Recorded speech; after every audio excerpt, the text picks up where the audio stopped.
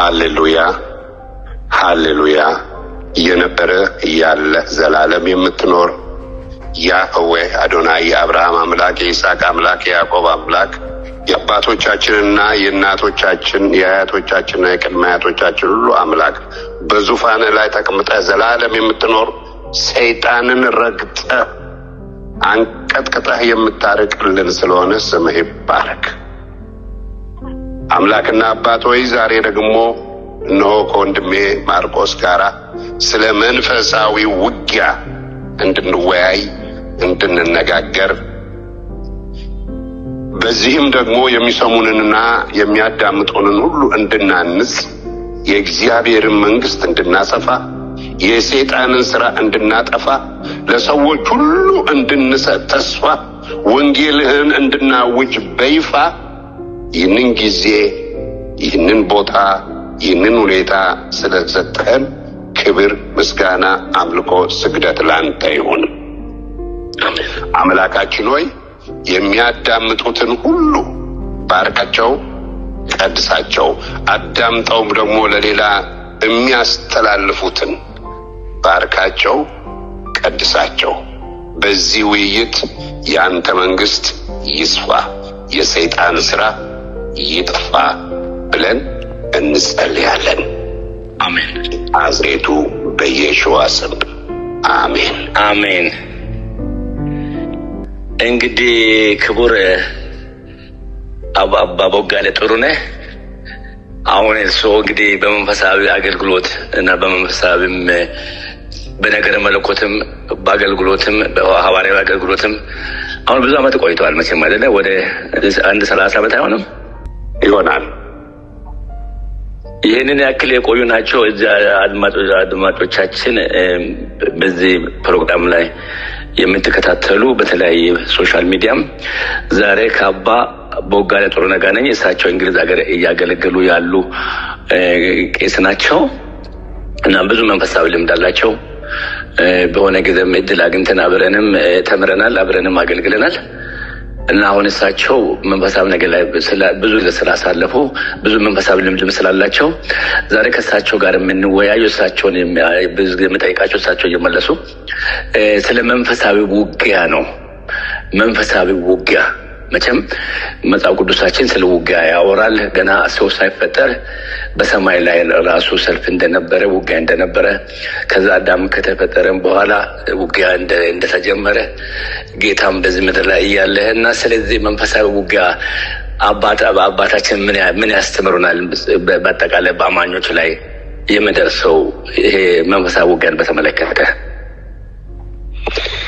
እሺ፣ ይህንን እድል የፈጠረንና የሚያኖረን በአርአያውና በአምሳሉ የፈጠረን በናዝሬቱ በኢየሱስ ደም ገዝቶ የራሱ ያደረገን አገልጋዮቹ ካህናቶቹ እንድንሆን ከድቅድቅ ጨለማ ወደሚደነቅ ብርሃን የጠራን አምላክ ስሙ ብሩክ ይሁን። መንፈሳዊ ውጊያን በተመለከተ እንግዲህ ቅዱስ ቃሉ ወንድሜ ማርቆስም ጠቆም እንዳረከው በላይ በሰማያትም ውጊያ፣ ፍልሚያ፣ ትግል እንደሆነና ከፈጠራቸው በላይ ከሚያኖራቸው በላይ ለመሆን የሚፍጨረጨሩ መንፈሳዊ አካላት ወይም መላእክት እንደተወረወሩ፣ እንደተጣሉ፣ በሰማይም ቦታ እንዳልተገኘላቸው በዮሐንስ ራእይ ላይ ተጽፏል። ተጣሉ፣ ወደ ምድር እንደተጣሉ ለመፍጨርጨር ሲሉ የቆጡና ወርድ በላይ ብቷን ጣለች እንዲሉ አባቶቻችን ከፈጣሪ በላይ እንሆናለን ሲሉ የነባቸውን ቦታ አጥተው ተጥለው አጋንንት፣ ሰይጣን፣ ዛሩላጅና የተለያዩ መንፈሳዊ ኃይላት በምድር ላይ የሚረብሹት እርኩሳን መናፍስት የተጣሉ ናቸው። ከውጊያ በኋላ ሚካኤልና ተከታዮቹ ቅዱሳን መላእክት ሆነው የእግዚአብሔርን ሰዎች የሚያገለግሉ አምላክን የሚያገለግሉ ለማዳን የሚላኩ ሆነው በላይ ሲቀሩ እነዛ ልክስክሶቹ ደግሞ ተጥለው በምድር ላይ የተልከሰከሱ ያውቃሉ። ስለዚህ ከውጊያ በኋላ የሁለቱ ከመንፈሳዊ ውጊያ በኋላ ሁለቱ እንደተፈጠሩ ይህንንም ተቀብሎ ጻድቁ ኢዮብ የሰው ልጅ ሕይወት በምድር ላይ ፍልሚያ አይደለችምን? የሰው ልጅ ህይወት በምድር ላይ ትግል አይደለችምን? የሰው ልጅ ህይወት በምድር ላይ ውጊያ አይደለችንም እያለ መዋጋት እንዳለብን፣ መትጋት እንዳለብን፣ መዘርጋት እንዳለብን ያስተምረናል። እንዳንፈስ፣ እንዳንተነግስ፣ እንዳንቆዝም፣ ጠላት እንደሌለው ሰው እንቅልፋሞች ፈዛዞች እንዳንሆን ነቅተን በምድር ላይ እስካለን ዘመናችን ሁሉ መዋጋት እንዳለብን፣ ተዋግተንም ደግሞ ጻድቁ ኢዮብም እንዳሸነፈ፣ ቅዱስ ሚካኤልም እንዳሸነፈ፣ ጌታ ኢየሱስ ክርስቶስም የእምነታችን ጀማሪና ፈጻሚ የሆነው እንዳሸነፈና ወደ ክብሩ እንዳለፈ እንደምናሸንፍ እርግጠኞች ነን። ስለዚህ መንፈሳዊ ውጊያ ሲባል ለአንዳንዶቹ እንደሚመስላቸው መንፈሳዊ ውጊያ ወይም ደግሞ ጅሃድ የሚመስላቸው ምንድን ነው? መንፈሳዊ ውጊያ ምን ይመስላቸዋል? ሃይማኖቶችና ሃይማኖቶች ሲጋጩ፣ እስላሞች ኦርቶዶክሶችን ሲገሉ፣ ወይም ደግሞ ፕሮቴስታንቶችና ሌሎች ሲጋጩ ይመስላል ነው። እሱ መንፈሳዊ ውጊያ አይደለም። ይህ መንፈሳዊ ውጊያ ብለን አንጠራው። መንፈሳዊ ውጊያ የሚባለው የጨለማው ዓለም ገዢ ከብርሃኑ ጋራ፣ እርኩሱ መንፈስ ከቅዱሱ መንፈስ ጋራ የሚኖረው ግብግብ ነው። እኔ በቅድስና ለመኖር፣ አንተ በቅድስና ለመኖር፣ አንቺ በቅድስና ለመኖር በምናደርገው እርምጃ ይህን አትቀጥልም ብሎ የሚዋጋ ስጋ ለብሶ ሰይጣን መስሎ ወይም ዓለም መስሎ የሚመጣ ከሶስቱ ከዓለም ከሰይጣን ከስጋ የሚመጣብን ውጊያ ነው መንፈሳዊ ውጊያ የሚባለው እንጂ የሌላ ሃይማኖት ተከታይ ከሆነ ወንድም ጋር ተጋለ ይሄ መንፈሳዊ ውጊያ ነውና ዋጋዋለው እገለዋለው ስትል ሰይጣን ሆነሃል። እሱ አይደለም። እኛ ሰውን በመግደል ሰውን በመበደል ቅድስና እንደሌለ እናውቃለን፣ እንረዳለን። እግዚአብሔርም ደግሞ በቃሉ አስተምሮናል። ስለዚህ መንፈሳዊ ውጊያ ማለት እንግዲህ ይሄ ነው። ከምንም በላይ ደግሞ ለኛ ለክርስቲያኖች የእምነታችን ጀማሪና ፈጻሚ ሆነው የናዝሬቱ ንጉስ የሹዋ ሐመሺያ ተዋግቶ አሸንፏል፣ እኛም ተዋግተን እናሸንፋለን የሚለውን መያዝ አለብን።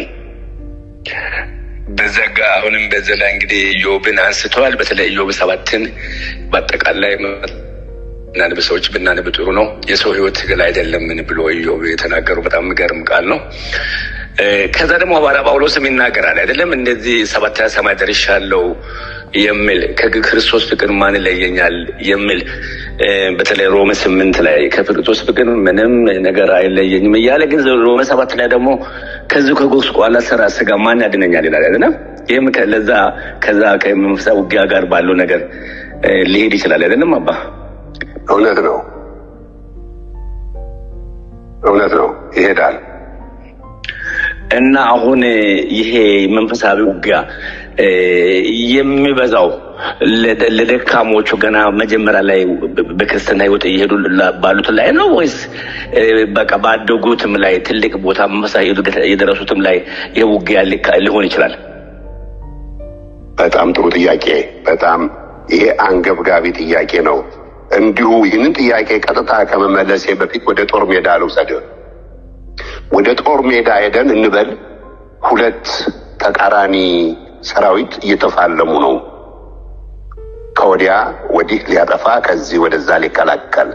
አሁን በእነዚህ በሁለቱ መካከል ቀድሞ ማጥቃት የሚፈልገው ፊት እየሄደ የሚመራውን ዋና መሪውን ነው ወይስ ከኋላ ፈዞ የቀረውን ወይም እንቅልፍ የያዘውን ነው ብዬ ብጠይቅህ በትክክል ትመልስልኛለህ።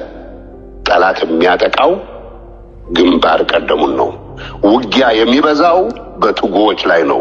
ውጊያ የሚበዛው በቅዱሳን ላይ ነው። ውጊያ የሚበዛው ዘምተው በሚያዘምቱት ላይ፣ ተቀድሰው በሚቀደሱት ላይ ነው እንጂ ያንቀላፉትንማ ጠላቶቹ አይደሉም። ሰይጣን አይነካቸውም፣ አይቀሰቅሳቸውም። ኦሬዲ በእጆቹ ገብተዋል። ይህንን በተመለከተ የአንድ አዳኝ ታሪክ ልንገርህ። አዳኙ ዳቆች ይተኩሳል። ሲተኩስ አንዳንዶቹ ዝርር ብለው መንገድ ላይ ይወርቃሉ። የወደቁትን ትቶ የሚሮጡትን ይከተላል። አዳኙ ምን ነው እዛ እኮ ወድቀውልሃል ሲባል እንዲህ የወደቁትማ የት ያመልጡኛል? መትቻቸዋለሁ፣ የኔው ናቸው። እነዛ የሚሮጡትን ነው ተከትዬ ማደን ያለብኝ አለ ይባላል። ስለዚህ ተመተው የወደቁትን ሰይጣን አይረብሻቸውም። ለምን? የሱ እንደሆኑ አውቋል። ፈዘው በዓለም በስጋ በሰይጣን ወረድ የተያዙትንም አይረብሻቸውም። ሊያመልጡት እየሮጡ አይደሉም። ታዲያ ሰይጣን የሚፈታተነው ተግተው ተዘርግተው ተቀድሰው አምልጠው የሚያስመልጡትን፣ አውቀው የሚያሳውቁትን፣ ረድተው የሚረዱትን፣ ተባርከው የሚባርኩትን እነሱ ላይ ነው ዋና ፍልሚያውና ትግሉ። ይህንም በተመለከተ ምናልባት አንድ ልንገርህ። አንተም አንባው ሊሆን ይችላል፣ አንባቢ ነህና። ታላቅ የአውሮፓ የወንጌል ሰባኪ የነበረ ሴንት በርናርድ ወይም ቅዱስ በርናርዶስ በመባል የሚታወቅ ሰው አንድ ወቅት ራእይ ያየ በመጽሐፉ ላይ ጽፎታል። ትልቁን የፓሪስን ከተማ ሳይ አንድ ሰይጣን በሩ ላይ ተኝቶ በዝም ተወሮ የሚያደርገውን አጥቶ እያዛጋ ቁጭ ብሏል። በዛው ቅጽበት ደግሞ እንደገና ሌላ ትዕይንት ይታየኛል። አንድ ትንሽ መንደር ኩርደ አርስ የምትባል የአርሱ ቆሞስ የሚኖርባት፣ ቆሞሱ እዚህ ጋር ለመስበክ፣ ዛጋ ንስሐ ለማስገባት፣ ዛጋ ወንጌል ለማወጅ፣ ዛጋ የተያመሙትን ለመጎብኘት፣ ዛጋ የተጣሉትን ለማስታረቅ የላካቸው ደቀ መዛሙርትና እሱ ይተጋሉ። በዚህ ትንሽ መንደር ዙሪያ ብዙ አጋንንቶች ላብ በላብ እስከሚሆኑ ይሯሯጣሉ። ትርኢቱን ያሳየዋል ፈጣሪ። ልክ ለነ ጳውሎስ ለነ ጴጥሮስ ትርኢት ከሰማይ አውርቶ እንዳሳያቸው ለዚህ ትልቅ ሰው ያሳየዋል። ጌታ ሆይ ይሄ ትርኢት ምንድን ነው? ይሄ ትዕይንት ምንድን ነው ብሎ በርናርዶስ ተመልከት። ፓሪስ በውስጧ ያሉ የሚያመነዝሩ፣ የሚሰክሩ፣ በተለያየ ርክሰት የተያዙት የሰይጣንን ስራ እየሰሩለት ስለሆነ ሰይጣን በር ላይ አንቀላፍቶ ይጠብቃቸዋል። ምን ሆኑ ብሎ ይረብሻቸው። እዛች አንድ ትንሽ መንደር ግን የሚሰብኩ፣ የሚያስታርቁ፣ የሚቀድሱ፣ የሚወድሱ፣ የተራበ የሚያጎርሱ፣ የተራቆተ የሚያለብሱ፣ የተረሳ የሚያስታውሱ፣ በቅድስና የሚመላለሱ ብዙ ሰዎች ስላሉ እነሱን ለመጥለፍ አጋንንቶቹ ሲጠዳደፉ ታያቸዋለህ። ስለዚህ ልጄ ቅድስና ባለበት ውጊያ ይበዛል። አይዞ በርታ፣ አይዞ ጠንክር ብሎ እግዚአብሔር አበረታታው የሚለውን ከነገርኩ በኋላ ላንተም እንዳነሳው ጥያቄ ፍልሚያ ካለብህ በእውነት እግዚአብሔር ይወድሃል። ውጊያ ካለብህ በእውነት እግዚአብሔር ይወድሃል አለ። ሰውነትህ ሕያው ነው፣ አእምሮ ሕያው ነው። አንድ የመጨረሻ የሕክምና ንጽጽር ልስጥህና ልጨርስ፣ ጥያቄ ልመልስ። የአካልን መደንዘዝ ወይም ቁምጥና የሚባል ወይም ሌፐርሲ ብለው በእንግሊዝኛ የሚጠሩት በሽታ አለና ምንድን ነው የሚያደርገው? ሴሎችህ ሴንሲቲቭነስ እንዲያጡ፣ እሳትም ቢያቃጥላቸው፣ መርፌም ቢወጋቸው፣ የተመረዘ ነገር ቢነካቸው ያን ስሜቱን እንዲያጣ ያደረገውና የመጣ ሁሉ ሲገጥብህና ሲገጣጠብህ በዳው ተቆማምጠህ ትሞታለህ። ሴንሲቲቭነስ ታጣለህ፣ ነም ትሆናለህ፣ ትደነዝዛለህ። አንድ ሰው ደግሞ እግዚአብሔር አምላኩን ሲተው ሲደነዝዝ ምንም ይሰማው ነገር የለም። ነት አይሰማውም፣ ፈተና አይሰማውም፣ ደንዝዞ ይኖራል፣ ይሞታል። ስለዚህ ፈተና የሚበዛው በሕያዋን ላይ ነው። ትግል የሚበዛው በቆራጦች ላይ ነው አለውና አንተም ካለብህ ሌሎች የምታገለግላቸው ወንድሞችና ፈተና ያለባቸው አይዟችሁ በርቱ፣ የሚጠብቀን ከዚህ ከፈተና ጋር ሲወዳደር ምንም አይደለም እያልን እናበረታታ። ለዚህ የሚርዳን የሰር ጌታ ግን ትግሉ መንፈሳዊ ትግሉ እነዚህ ቅዱሳን እንደሚያውቁት ዴዘርት ላይፍ የሚሉት አለ። በቅድስና ሲሄዱ የሚያጋጥማቸው አይደለ? ግን ያው ከዛ ሲያልፉ በቃ አለፍኩ ብሎ ጣዕም አለው አይደለም? ይሄ ትግል በእግዚአብሔር ቤት ውስጥ ሆነ ስትዋጋና ስትተጋ ሲጀመር ጀምሮ እሱ ካንተ ጋር መኖሩን ስለምታውቅ በመከራ ውስጥም ትደሰታለህ፣ በምድረ በዳ ውስጥም ትለመልማለህ። በውድቀትህና በማጣትህ በጉስቁልና አታተኩርም። ከዛ በኋላ የሚጠብቅህን ስለምታይ በቃ በደስታ ነው፣ በመቆዘም አይደለም የምትዋጋው እንጂ በዚህ ዓለም እስካለን ድል አድርገን እናርፋለን ይባል። ማረፊያው እዚህ አይደለም። ማረፊያው በዚህኛው ስቴት ኦፍ ላይፍ አይደለም፣ በዚህ ደረጃ አይደለም። እፍት ያው አይፒ ብለን እንጽፋለን፣ ሬስት ኢን ፒስ እንላለን። አንድ ሰው ይህን ዓለም ሮጦ ሲጨርስ ሐዋርያው ጳውሎስም ሩጫን ሮጫለሁ፣ ገድልን ተጋድያለሁ፣ እምነትን ጠብቄያለሁ፣ እነሆ የክብር አክሊል ተዘጋጅቶ ይጠብቀኛል። ይህ ለእኔ ብቻ ሳይሆን ለሚጋደሉትና መገለጡን ለሚጠብቁት ሁሉ እንዳለ ያን ጊዜ አክሊልህን ከተቀበልክ በኋላ ነው ፍጹም እረፍት የሚኖረው። እስከዚያ ግን ትግል ነው። ትግሉ ግን በደስታ ነው። በለቅሶ ዘርን ዘርተን ነበረ፣ በደስታ አጭደናል የምንልበት ጊዜ ሲመጣ ነው። በመዝሙረ ዳዊት ላይ እንዳለው ዛሬ እያለቀስን እየወደቅን እየተነሳን እንዘራለን። ክብር ለስሙ ይሁን። ብዙ ጊዜ እንደተሰማዎት ምሳሌያዊ ነገር መናገር ይችላሉ፣ ቅንም ግጥምም እና እሱን ሌላ ጊዜ እንግዲህ በሚቀጥለው እናደርገዋለን። አይ ቲንክ አሁን 3-4 ደቂቃ ብቻ ለመሰለኝ የመጨረሻ ጥያቄ አድርጌ በዚህ በመንፈሳዊ ትግል ለምጠይቀው ይሄ ትግል እንግዲህ የሚታየው አንዳንድ ጊዜ በሀገር ደረጃም ሊታይ ይችላል አይደለ? በሀገርም በቤተሰብም በግልም በብዙ ነገር ሊታይ የሚችል ፈተና አይደለ? አሁን እኛም የሚያጋጥመን ከዚህ የተለየ አይደለም አይደለም? እውነት ነው ላልከው ነገር ያው እንግዲህ ኤፌሶን ምዕራፍ 5 ላይ አለ። ምን ይላል? መንፈስ ይሙላባችሁ በወይን ጠጅ አትስከሩ፣ ይህ መባከን ነው ከተባለ በኋላ በቅኔ በመንፈሳዊ ቅኔ በዝማሬ እርስ በርሳችሁ ተነጋገሩ ይላል። ከዛ የተነሳ ነው እግዚአብሔር አምላክ የመንፈሱን ሙላት ስለሰጠኝ መቀኘቱንም በጸጋው መዋኘቱንም እማመጣው እንዳልከው ሌላ ጊዜ ስለመቀኘትና ስለመግጠምና ስለመጋጠም ደግሞ እናወራለን። እንዲሁ የሆነ አይደለም፣ ከላይ ከሰማያት የሚሰጥ ነው። ይህንን ካልኩ በኋላ ፍልሚያው ውጊያው መጀመሪያ በግል ህይወታችን አለ። ከግል ህይወታችን በዘለለ በቤተሰቦቻችን መካከል ሊኖር ይችላል። በጎረቤቶቻችን፣ በሀገራችን ፍልሚያ፣ በዓለም አቀፍ ደረጃ ፍልሚያ የሌለበት ቦታ የለም። ታዲያ ምንድነው የምንለው? ሁሉም ነቅቶና ተግቶ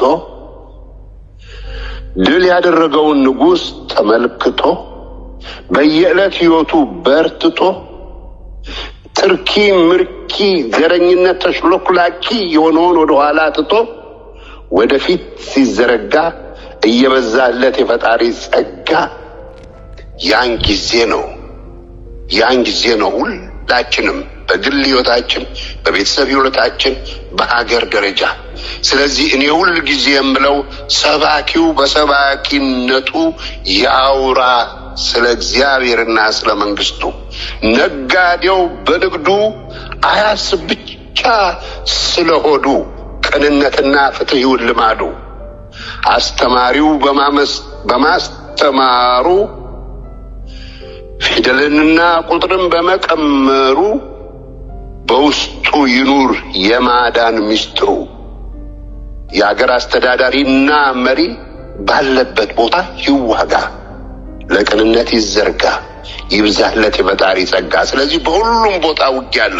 ሁላችንም ከአንድ ቦታ ተነስተን በሌላ ቦታ መሄድ አንችልም። እኔ ካህን ኮንኩኝ በክህነቴና ያንን በሚመስሉ አገልግሎቶች ሁሉ በማገኝበት ስቀድስም ሆነ የራቀውን ስመልስ በዕለት ተዕለት ስመላለስ እንዲሁ ነጋዴው በንግዱ፣ አስተማሪው በማስተማሩ፣ ሐኪሙ በማከሙ፣ ገበሬው በግብርናው፣ የቴክኒክ ሰው በቴክኒክ ሙያው ፈጣሪውን ማክበርና ፈተናን የምናሸንፍበትን በጽድቅ የምንመላለስበትን ይችን ዓለም የፍቅር መድረክ የመግባባት መንፈስ የምናሰፍንበትን ሀገራችን ኢትዮጵያን ደግሞ ኢትዮጵያ እጆቿን ወደ እግዚአብሔር ትዘረጋለች እንደተባለ እጆቿን ወደ እግዚአብሔር ልትዘረጋ የምናደርግበትን ጊዜ ማፋጠን አለብንና ለዚህ ደግሞ ራሱ ቸሩ መድኃኔዓለም ጸጋውን ይስጠን።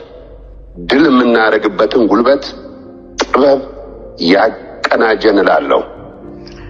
አሜን። በአባ በወልድ መንፈስ ቅዱስ ልክ እንደ ሐዋርያው ጳውሎስ በዛ ባርከውን በቃ የዛሬ ፕሮግራማችንን እንጨርሳለን። አሜን። እሺ ቡራኬ ስጡንና መጨረሻ። በጣም ጥሩ። የእግዚአብሔር ቡራኬ፣ የየሽዋ ቡራኬ፣ የመንፈስ ቅዱስ ቡራኬ በእኛ ላይ ይውረድ። አሜን። አውቀን በድፍረት ሳናውቅ በስተት ከልጅነት እስከ እውቀት የሰራነውን ኃጢአትና ስህተት በቀራንዮ የፈሰሰው የጌታችን የመድኃኒታችን የየሽዋ ደም ይጠብልን። አሜን። አእምሯችንን በጥበትና በእውቀት፣ ሰውነታችንን በጤንነት፣ ሁለንተናችን በመንፈሳዊ ውበት ይሙላን። አሜን። አሜን። አሜን። አሜን ወአሜን። ለይኩን እግዚአብሔር ይመስገን። አሜን።